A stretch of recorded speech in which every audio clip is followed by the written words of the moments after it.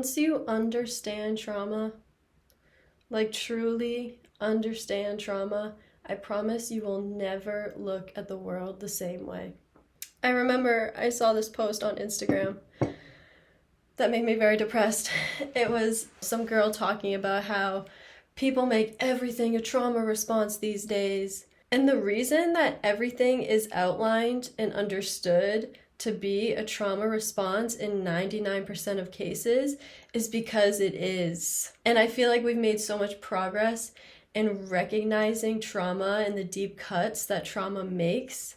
So then to see a post like that feels like so much regression. So let's just like nip that and reorient back to the truth and the insidious reality that trauma is, and the insidious reality that trauma really does produce. Yes, I do believe that pretty much everything is a trauma response. And I don't say that to excuse behavior or to justify anything.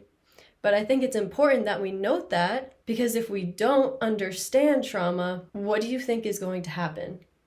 There will be more trauma. There will be re-traumatization. If we do not recognize trauma for what it is, there will only be more trauma through this generation, through the next generation, and the next. And honestly, I feel like that post about how everything's a trauma response these days is a trauma response in and of itself. It might be just so uncomfortable and difficult to sit with the fact of how deep trauma runs that we need to minimize it. And, kind of brush it off. Oh yeah, everything's a trauma response now. Yeah, it is. And that's hard to sit with. That's hard to recognize, because that is a very, very big problem that needs to be addressed and needs to be solved. And that's a very big problem that needs to be addressed within ourselves and in the world. So let's talk about this. This isn't a philosophical conversation. This can all be tied back to your literal physiology. Okay, think about it. The nervous system that you had in childhood was shaped by your childhood experiences, your childhood environment, and then you have been carrying this exact same nervous system with you into adulthood, into wherever you are right now. It's the same nervous system, it's the same wiring. And let me just give you a very simple example of how fast and real this rewiring is. And this is a real story. So one time I was driving to teach a yoga class, and it was dark, it was raining, couldn't see very well, and I was driving on a street that is very busy. And every time I drive on the street, it's like people just step out in front of cars. Anyways, it's raining, it's dark, this lady starts to cross a street, not in a crosswalk, just right in the middle of this busy road. And I slam on my brakes, and I'm slamming on my brakes as hard as I can so I don't hit this lady. And obviously I'm focusing, on this lady, like, where is she right now? Am I gonna hit her? Am I gonna make it? I'm looking straight ahead, right? Did not hit her. It was all good, but boom! The car behind me didn't slam on their brakes as hard and rear-ended me. So I'm like, now I gotta pull over, now I gotta see what damage is done, now I gotta talk to whoever it is that hit me behind me on this dark, rainy night.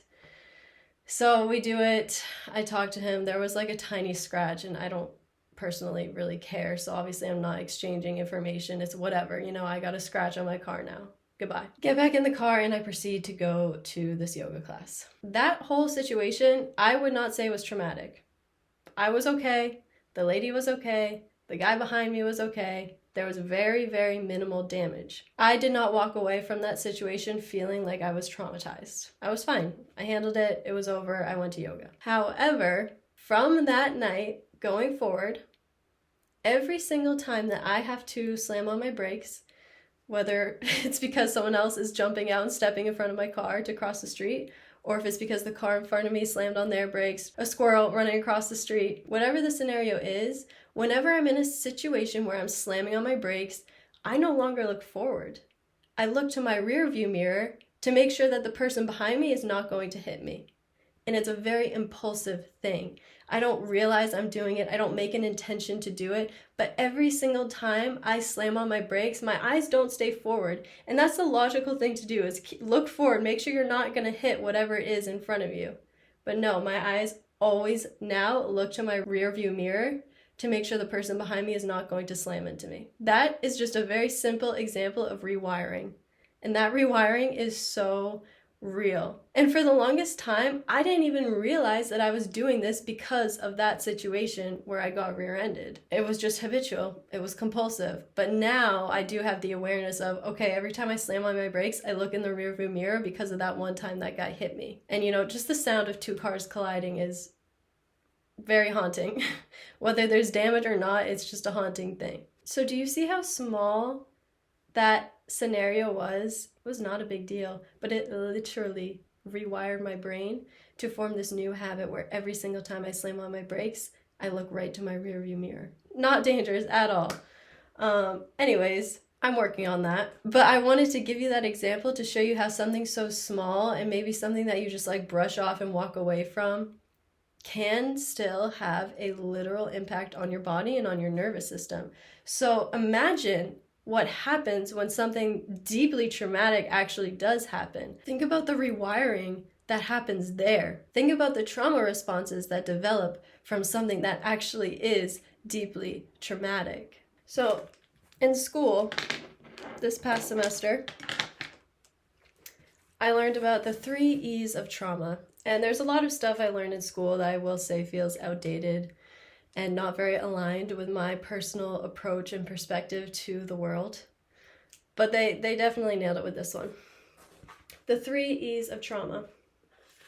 The first one is the event, okay? So the first E of trauma is the actual traumatic event, whether it's a one-time event or whether it's chronic and repetitive. The second E is the experience. So it's not the event that happens, it's your personal experience of the event and what happens inside you as a result of that traumatic event. And then the third E is the effect that it has. And that effect can be short-term or long-term. We think that trauma is this. We think when someone experiences trauma, it's in that event. It is in what happened to them. But that's not true. Trauma is really here. Trauma is what happens inside of someone because of what happened to them. It is the wound that is left behind as a result of the event. And this is all largely inspired by the work of Dr. Gabor Mate. He is my inspiration.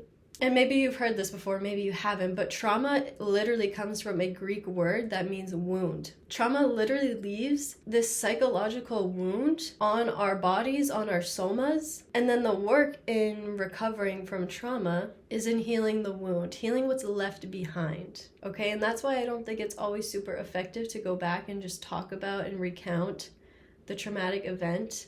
I don't think that always produces much healing. But what does produce some relief and healing can be attending to that wound that was left behind as a result of the event. Also, these wounds that are left behind, this is what is largely influencing our behaviors, our patterns. These wounds are what cause these trauma responses. And there is no arguing with those wounds, okay? People who have gone through trauma can show you the scars. They can show you not only how deeply the event affected them, but how deeply the aftermath affected them. It's incredible the way that we are able to survive traumatic events. It's incredible. But oftentimes what's much harder than surviving the traumatic event is living with it in the aftermath. And that's because of the wound that's left behind that has a very large impact on everything. Just like in that case scenario where I got rear-ended and now I always look in my rearview mirror. And I would refer to that as a very, very, very superficial wound. Think about the results and the aftermath of a really deep cut. Yeah.